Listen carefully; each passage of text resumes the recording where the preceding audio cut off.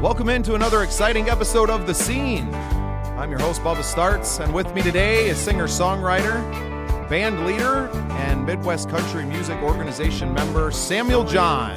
Welcome to the show, Sam. Hey, man. Hey, Bubba. Thanks for having me. It's my pleasure. We've communicated a little bit back and forth. We're having you out here for some shows, which we're going to get to here in a bit. But why don't you tell our listeners a little bit of who is Samuel John? Yeah. Samuel John. I currently live kind of just north of St. Paul, Minnesota, but I'm originally from a small town about 60 miles north of the Twin Cities here called Bram, Minnesota. And been trying out this whole musician thing. Bit of a COVID project for me. I was one of the people that took the let's find a hobby at home during the lockdown to heart. I've always been kind of a musician, but that's kind of when I started taking it seriously, and I'm I don't know what to say. So, relatively new to the game. Would you say that? Yes. Yeah. And I've done different music stuff, I guess, off and on throughout my entire life. But to the whole singing and playing guitar and writing music, relatively new. Yeah. Awesome. Well, yeah, that was just 4 short years ago that the whole world changed, right? Right. What a great hobby to pick up, Sam, and having listened to some of your music, which will be featured on a future episode of the show. I'm glad you did. I'm a big fan, and actually your song kind of moved me to tears because it was my own story. Where you say you've kind of always been around music, where did music really start for you? Well, both my grandma and my mom were piano teachers growing up, and my mom is actually an amazing pianist and vocalist. And growing up, she used to sing. She'd do weddings and funerals and different events, and she'd play piano for theater productions in Minneapolis and stuff. And so she's kind of my inspiration growing up, and so I was always just involved, in school and like band and choir, played trumpet and singing in choir, did some theater, and so it's always kind of been there. And my brothers are musical too. Actually, my little brother, he's 22. He's on the road right now with the Zach Randall band. I think they're in Indianapolis tonight. But he's a bit of a gigging musician himself, probably a lot more so than me, actually. A bit? Jeez, one of the best gigging bands out there, man. Road Warriors, too, I know. Oh, you know the Zach Randall band? Oh, yeah. Sweet. Yeah. Yeah, man. Yeah, they're killing it. But, yeah, and then my brother's doesn't do so much music nowadays, but he has the ability, I guess one could say. Right. Right. So you say little brother's 22. Sam, how old are you? I am turning 29 in a few weeks. So I'm turning 38 in a few weeks. When's your birthday? Cinco de Mayo. Mine's on the 6th. Oh, look at that. That's my mom's birthday is May 6th. Get out of here. Yeah, my aunt's is on the 4th, and I have very good friends born on the 6th as well. Sam, that is awesome. Oh, that is awesome. So mom was a musician, not just a musician, but a very accomplished musician at that, and also professional. Right. Yeah. She wasn't just doing it to a high level, but she was doing it for a living. So you have a template a little. Well, my mom had a lot of jobs. Right. And that was one of them. So that's exactly. But you saw that that's the life of a living musician, because that's what we are. We don't do music for a living. We're a living musician. Yeah. Oh, yeah. I mean. Wow. Sorry, that was deep. I'm just letting that set in. I didn't mean to go there, but that's, I mean, people are like, well, how many shows? I was on another podcast, Sam. I was on the Mind Dog channel on YouTube. Great podcast. Our friend One Will See out here that we're going to be doing some comedy shows with. He's on there. The guy's based out of the New York City area, and he's a musician himself in the scene and everything. And we got to talking about, what is a performance? Because on my bio on my website, it says that I've played thousands of shows. And he's like, well, I'm doing the math on this, and how do you work this? I mean, there's only weekends to play, and da-da-da-da. And I was like, well, I mean, it really starts at what do you call a show? Because I busked to live on the West Coast for 3 years. So I'm not even, are you counting every time that I got paid something to play music? Is that a gig? Because that's been in the thousands. I mean, you start to add up every day or 2/3 of the days of the year, you get 400-600 gigs under your belt real quick, right? Because that's what they were, and where everyone might not think of it that way. To me, every open mic, every performance that you go give is experience. You get the XP from that, right? Oh, for sure. You know what I mean? Like, so to hold it to, well, you didn't get paid for this or that. And it's like, well, are you going to count Dave Matthews playing at, for charity?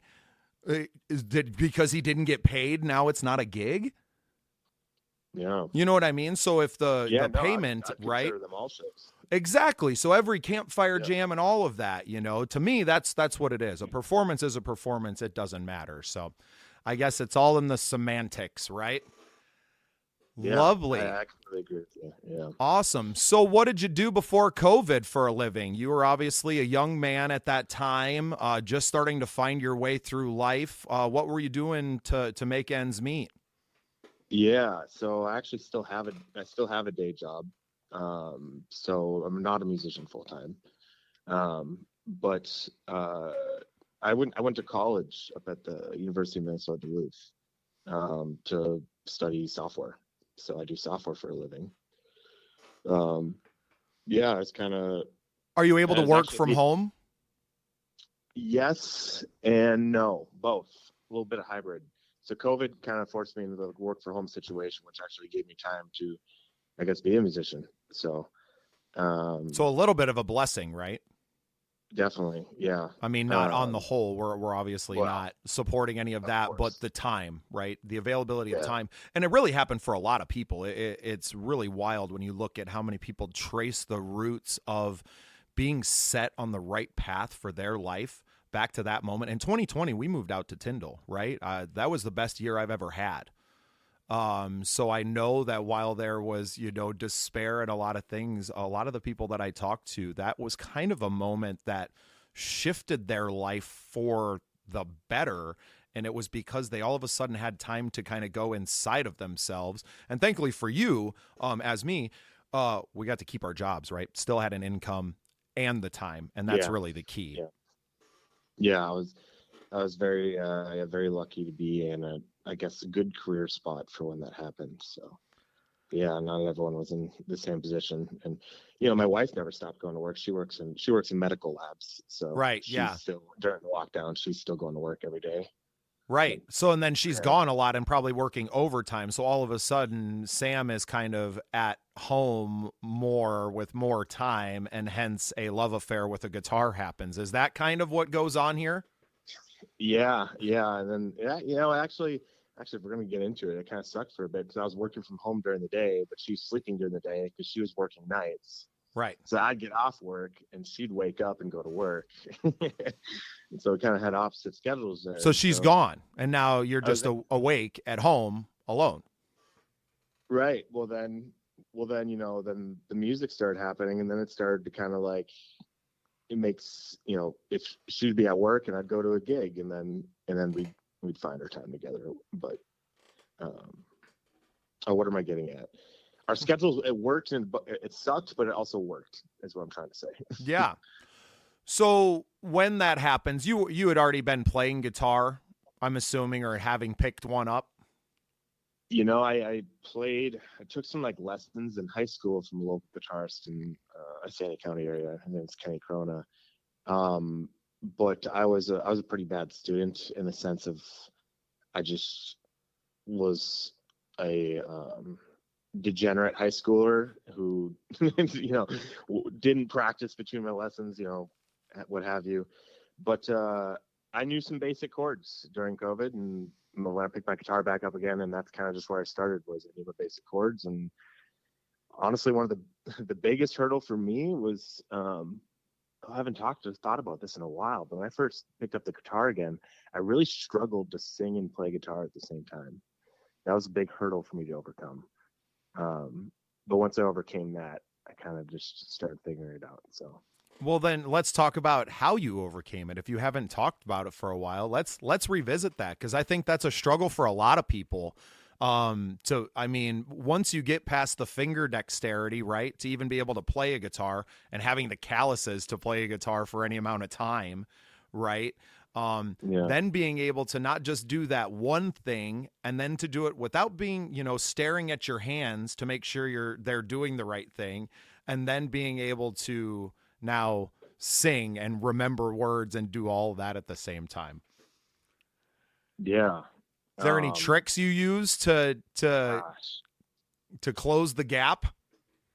yeah. I feel like it was just you had to be really good at one or the other. Like you had to know the song really well on guitar while you practice the singing, or you had to know the singing really well, so you had to focus on the guitar. I'm not really sure. I think it was just repetition, to be honest. Right.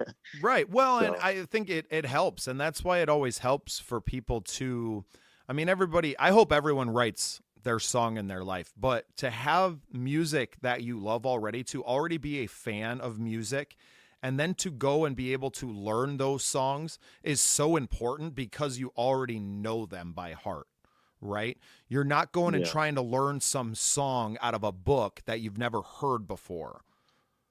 hmm, And that's why I don't think, yeah, because I never had a lesson. I've never, everything that I've learned about music and guitar is really just been absorbed. Yes, I've read tabs and things, but I've mostly learned music from learning songs and just learning every song that I've ever loved to sing.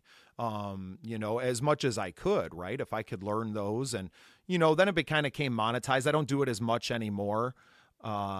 Now with the show, Love hmm, Noise, which you're going to be featured on, I'm starting to want to learn my friends' songs. That's kind of been the new challenge to me. It's like, oh, what are they doing there? Oh, I like that, right? Instead of learning Skinner yeah, tunes and Pink Floyd and Grateful Dead, and that's what I grew up on, right? And so I learned all those classics, and all of those classic songs shaped my style for what modern gypsy rock is what I call yeah, our style now. That's what encapsulated that, which from what I've heard from you is exactly what your style is. It's country, it's rock, it's Midwestern, right? It's tough, but it's got passion. And I don't know that music gets better than that. I mean, that's what always made rock music cool. And I think you're bringing something back, Sam. Your song moved me. I'm not, I sent you a picture with tears streaming down my face. Those aren't fake tears, buddy. You were telling my story. So thank you. Thank you for the song. You guys are going to get to check it out. That set me free. It'll be on our next episode of Love Noise. And Sam, we're both a member of an organization. I'm a fairly new member. I'm assuming you are as well, but I know you've done some events with them already. yeah. We're members of the Midwest Country Music Organization. I plug them to all of my other fellow musicians out there that listen to the show, and really anyone can join and be a member. The benefits for you for Yeah. a nominal $50 a year, right, are just incredible. Can Yeah. you talk a little bit about your relationship with the organization and kind of some of the benefits that you've seen from being a member? Yeah. Um, and I think everyone, I was a little skeptical at first with like the Midwest CMO, and I think it's always good to be skeptical about something that costs money to be part of. But I got a couple friends say you should check this out, and I joined. I don't regret it. A lot of good opportunities come from it. I met a lot of great people. Um, it's I joined a little over a year ago, and then I've just done some casual networking with some of the different members, which kind of led to yeah. Lately, we've been um, I've had this residency at this dive bar called the Beedale Club in Roseville, Minnesota, My for favorites. over a year, now. And one of the founding members of Midwest CMO was like, "Hey, I see you've had this residency here for a while. Do you want to bring some other Midwest CMO artists in?" And I'm like, "That sounds like a great idea. Let's spice it up and get some new music to the locals here." And And then I get to play with some new, both new and old friends. And so actually I guess that's one of the Midwest CMO events I've done lately, is a couple of songwriter rounds there down at the Beat Out Club. Yeah, that's Yeah. great. So a little bit of synergy going on here. We are getting ready to unveil on May 9th our first songwriter night, which is going to feature myself hosting with a featured songwriter. On May 9th, it'll be Alyssa Kaiser, who's also been featured on the show. But I'm going to interview her live in front of the audience there, right? I got my little, I got the recorder to do so. Do the interview like we're doing live, and then have her play some songs and be able to talk with her. And I'll probably have a guitar on stage just in case I want to play something or play along and to have it. But yeah, so we're building out the same things here, and that's where my affiliate, as soon as I saw what the organization was doing and some of your performances and other friends of yours, I think at this bar was where my introduction was. And I'm just like, oh my God, this is beautiful, because you just need space. It doesn't have to be the biggest or the best. We just need somewhere to congregate, right? We need people that believe in us and believe in what we're doing. And I know that PT, Paul Thomas, and the whole gang at MCMO are doing so much for so many artists. We had Brad Morgan on, who's nominated for Male Vocalist of the Year this weekend. We had him on the show this week.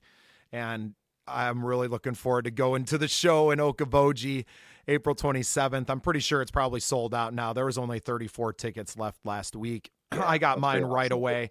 I just knew it was a space where I could go and meet everybody all at once. And it was really important to me. And now I feel bad because I probably kept you from going because you're playing at one of our spaces, Dr. Lucky's, April 27th, here in Mitchell, South Dakota. You're playing for our Gentleman's Writer Round with two of my really good friends, both friends of the show. They both have interviews on here as well. Listeners can go and check those out. Devon Sants, Chris Graves. How excited are you to come to South Dakota and play for the first time, Sam? I'm pumped, and honestly, I've been talking with my band off and on for the last year. We had our first show about a year ago, but South Dakota has always been on our radar, and then never figured it out. I guess it's just we kept on finding opportunity in this area, and but I've always wanted to get out there, and I even got a friend in Sioux Falls I'm picking up on the way to bring along, and it'll be a good time. And I'm grateful that Alec and introduced me to you, got that worked out. So yeah. And so what's your relationship with Alec? We're new friends. We've spoken on the phone a few times. We've never met in person, and we will eventually in May, when you guys will also be coming down to Dr. Lucky's to hang out. I sense a theme here, right, Sam? Yeah. What is your relationship with Alec and Coffee Break Entertainment? Are you longtime friends, or is this a relatively new relationship for you two? Let's see. So Alec and I, we had mutual friends, and I think we originally met through mutual friends. He used to, I believe, manage a tap room at a brewery that my buddy brewed at, who was also a musician. Which the more you learn about the Minneapolis St. Paul Twin Cities music scene, the more you realize that everybody just kind of knows everybody, whether even it's 1 or 2 degree separation. It's all very well connected. It's all very well connected. So definitely met through mutual friends. And let's see. I mean, what was the first show we did with him? I think so. We recently played the 7th Street Entry with Alex. He plays guitar in a band called Russ Parrish and the Lone Oaks, and he invited us, the Samuel John Band, to play at 7th Street Entry with him. That's for anyone not from the Twin Cities area, that's First Avenue 7th Street Entry. So it's kind of a famous, legendary stage. It's a side stage at the main First Avenue venue. I think that was our first show together. And Alec really hooked us up, getting us on a bill, and we had an absolute blast, and ended up selling that 7th Street Entry out, which was really cool. It was also with the Devon Worley Band, so it was a 3-band lineup. And I think we started working with him more seriously after that, and he just, he started booking a few shows here and there for us, and I'd also just see him around town at like different shows and different open mics. And, you know, like I said, the music community here is pretty cool that, you know, kind of everybody, like I said, everybody knows everybody. And Right. so, Well, and to speak uh, to that, so Alec, like I said, new friend to us, but the only reason he's on my radar is because he's working very closely with our friend Clayton Ryan. Clayton was on my yes, yep, album. I'm a huge fan of his for obvious reasons. He's amazing. yeah. They working together, and just a few weeks ago sold out the Bryant Lake Bowl Theater. Yeah, I was there. Yeah, You were that was there. one of the How sold was the out show, tickets. man? You're the first person that I've gotten to talk to. Let's get a little review segment in here. Oh, that was awesome. The dude's performer, killer voice, killer songwriting, and his stage. That's the first time I got to see his like full, like, what should I call it? He ain't phoning it in. What was that? I said he ain't phoning it in. Yeah, exactly. Yeah, I'd seen him one other time before, and it was we actually did a solo acoustic show together. Well, it was at a small venue in St. Paul, and it was like 3 solo musicians. But this is the first time I got to see him, you know, with his band, put on his show, and it was outstanding. I mean, him solo was amazing too, but yeah, it was a great show. Yeah. So yeah, inside baseball. He landed when he landed in the Black Hills is when I first started to know him. So Brandon Jones band out there is a pretty big deal. They're one of the biggest bands out in the Rapid City area. And I'm pretty sure that's what he was doing when I first saw him. And it wasn't long after that him and my good buddy Tom Freer, who I've known for 15 or 20 years, who has a recording studio out there and everything. They kind of branched off on their own. They had the Cottonwood Boys.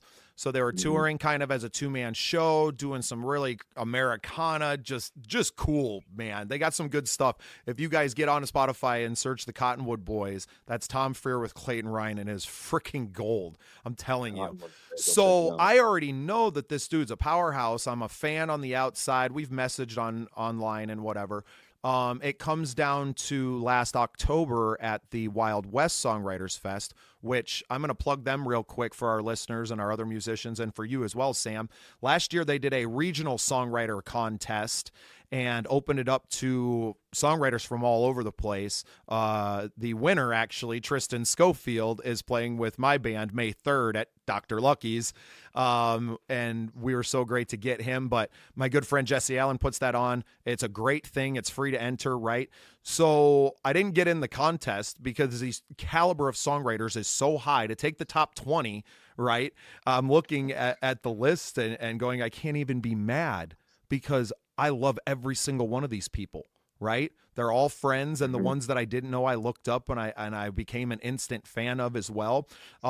So a great weekend. And even if you don't get in there, they have local songwriters rounds. And that's what I got on. And they sat me down with Devon, Sants, and Clayton Ryan at the Saloon number 10. It doesn't get more legendary than that for a South Dakota boy from Deadwood. Really, really blessed to sit in with these guys and to share the stage with the man, like you said, is just incredible. You don't know, if you don't know what to expect and walking in to see it, you're going to be blown away. Like I knew what to expect and was blown away. So yeah, I love your passion for live, going and witnessing live music and listening to other musicians and chasing other musicians. I think that's a really good trait as a musician. I mean, I love going to shows, and also if you're a musician, and it's a lot of learning too, learning and networking, and you know, learning how other musicians hold themselves on stage and stuff. I always preach that to kind of newer musicians. I'm like, go see the shows, go see more shows, go watch more music, go network and go learn. But also just because it's awesome. It's live music is awesome. Yeah. Well, and most of what I've learned, like stage presence wise, is going and watching my friends play and watching their shows and being like, oh, I really like that. And the bands like Judd Hoos and Brandon Jones band and Corey and the Fireflies, you can loop into that too. These are the big South Dakota bands. You know, these are the bands that we get to see the most often because nationals don't always make it through here. You know, the big names only make it through here every so often, and you very rarely get the chance to see that.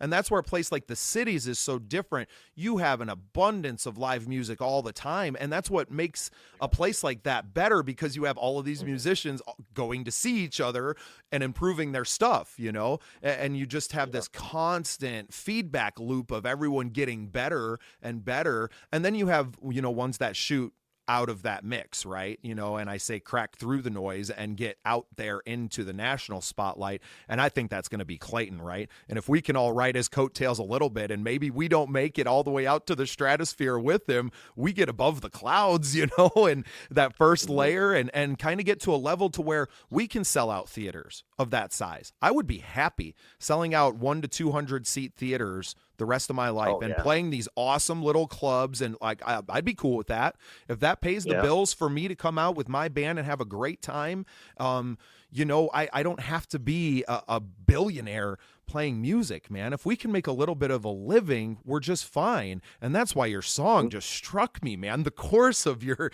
Set Me Free just hit me right in the heart, where I'm like, you're damn right, Sam. We sure don't. And we're doing it all right here. We're doing it right now. It's what the podcast is. It's what our songwriters nights are. Man, we had a blast at our open mic night in Mitchell. Tuesday nights we have open mic at Dr. Lucky's. We're putting anybody up on the big stage under the bright lights and letting them be a rock star, man. What do we care? The system's there. Let's plug in. Let's have fun. Let's get together. Let's support each other and let this thing grow. And it's all about you getting out and sharing this with your people, and then it growing from there and letting our energy be amplified. Thank God for the internet. You know, thank goodness that we have these tools to communicate, collaborate. I haven't worked with a single person in studio. I guess my latest single I actually got to do with Tom in the studio, but my 2 singles out right now I've done completely remote. You know, somebody's doing them elsewhere, sending me the music. I record the vocals, done deal, right? So I don't have a career. We're not talking right now and putting this out into the world without the internet. And yeah, we got to keep that free, man. We got to hang on to that and hang on to these communities like MCMO, like the scene. You know, it's not just a podcast; it's a community. We're doing the open mics, the songwriter nights it's all together, man. And you're a big part of that. You're coming out to South Dakota for the first time this Saturday. I'm so sad that I'm not going to be here to shake your hand in person. I'm going to be out meeting some other friends of yours, and that's how we're spreading this thing. You know, we're cross-pollinating all over the place, and I couldn't be happier to share the experience with you and everybody out there too. Hell yeah.